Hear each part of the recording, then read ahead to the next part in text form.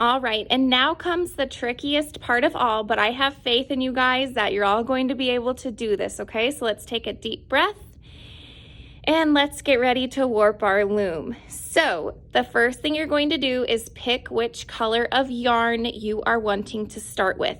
The color I am choosing is light pink, and you are going to need quite a bit of this. So what you're going to need to do is get 3 arms lengths worth of this yarn. So you're going to put the yarn in one hand, stretch out your arms, grab it, and then do that same thing 3 times so that you have a really long piece of yarn like I do right here.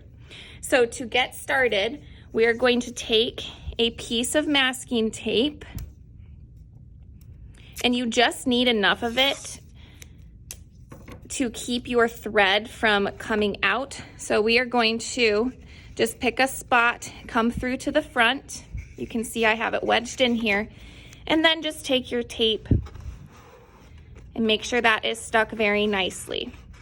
Now we're going to flip it over, okay? So this is the top, this is where I came through. Now we are going to count to the number 11, starting with this spot that I just pulled my yarn through. So let's count together 1, 2, 3, 4, 5, 6, 7, 8, 9, 10, 11. I'm gonna pull through here, okay? It's going to now pull around to the back. I have it through the back.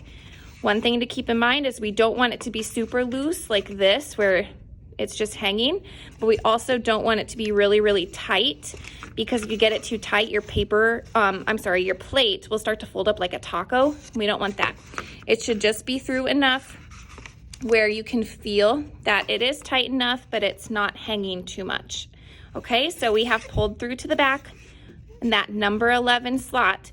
Now we are going to come through to the next spot to our right. So this way, we're gonna come through that.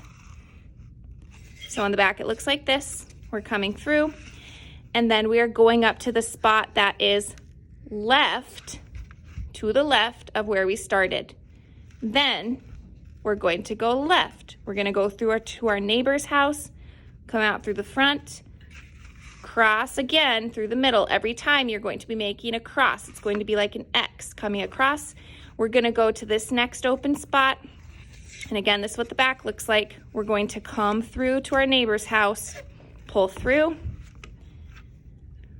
and then we're going to cross over, go to the left, through the back, to the front of our neighbor's house, cross through, and we're going to repeat that same step all the way. When you're at the top, you're going to the left, just go over 1.